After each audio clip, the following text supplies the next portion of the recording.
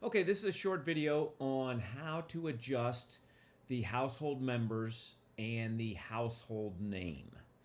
So what we can see here is that we've got my household and I created it. I clicked on the button, created the household, but I forgot to add my wife to it.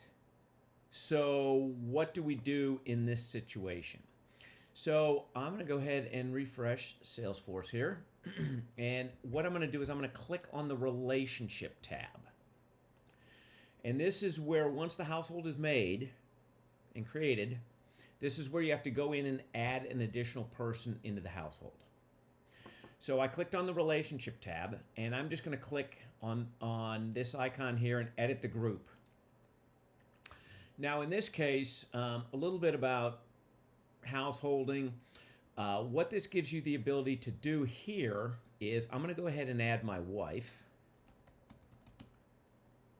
All right.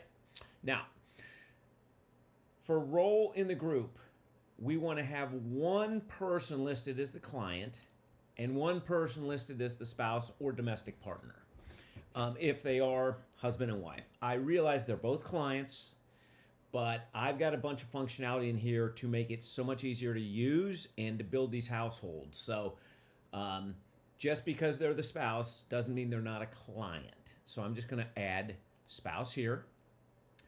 This is their primary group. Now, the reason why this comes into play is we may, as we build out these meaningful relationships, we may want to add grandma to this household. But grandma's got her own household.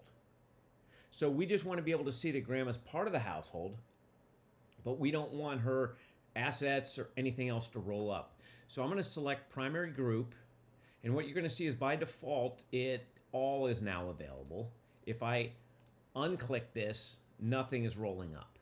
So I'm just going to say enabled. Now you can only have one primary member as part of a household. That's an FSC thing.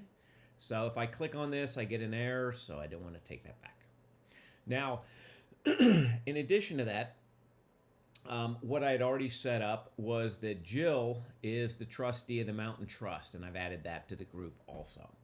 So I've just added Jill as the spouse, and I'm going to go ahead and save it. Now, I've got a bunch of processes behind the scenes that work in conjunction with Financial Services Cloud. So now we can see Jill's the spouse. We can see that the household name is changed.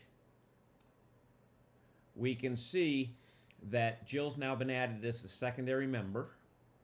And the reason why this is in place is it gives you the ability to go back and forth between the primary and secondary member and the household very quickly. So if I click on Jill, and then I can click on the household. So I'm going back and forth between the people and the households. So that's how you update a household once a household is already built. Thank you.